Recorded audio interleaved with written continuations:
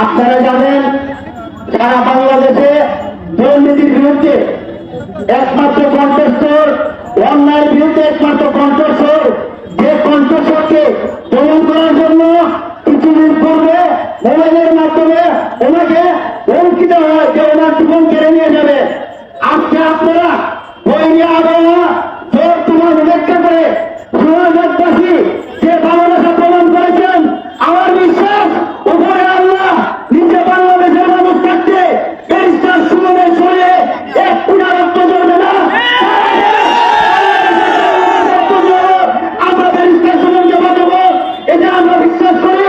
সংগ্রামিত উপস্থিতি, আপনারা জানেন এই ব্যারিস্টার সুমনকে আপনারা আজকে কেন বাড়াতে কষ্ট করা হচ্ছে?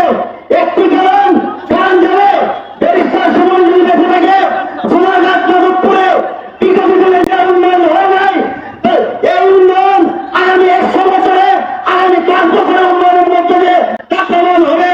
শুধু তাই নয়, আপনারা দেখেছেন আমরা অনেকে ৭২ মুক্তিযুদ্ধ দেখি নাই, মৌলানা ভাষাটিকে দেখি নাই, শেরেবাংলাকে বন্ধুকে দেখি নাই, কিন্তু একজন বঙ্গবন্ধু আদর্শের প্রতিচ্ছবি ব্যারিস্টার সুমনকে দেখেছি।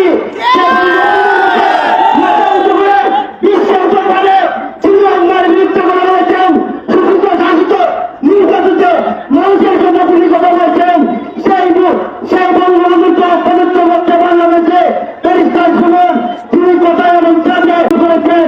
আর আমরা অনেকেই বঙ্গবন্ধুর আদর্শকে বুঝে লালন করেছিল, বক্তব্যের মধ্যে সীমাবদ্ধ রাখি, কর্মের মধ্যে সীমাবদ্ধ রাখি না।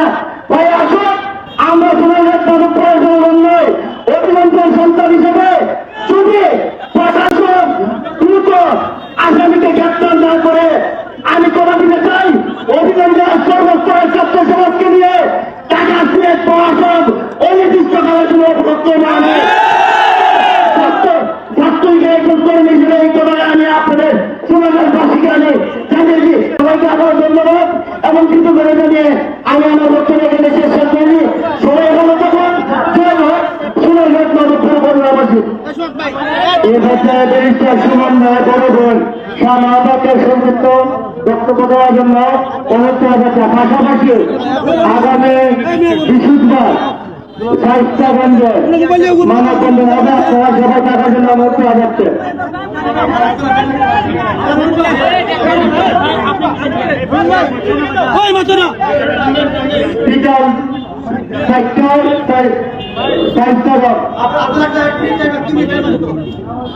আমি যা আপনাদেরকে দাওয়াত দিচ্ছি, আগামীকাল 11টার সময় ডিসি অফিসের সামনে আমরা নবীগঞ্জের সাধারণ জনগণকে নিয়ে আমি একটা মানববন্ধনের আয়োজন করেছি।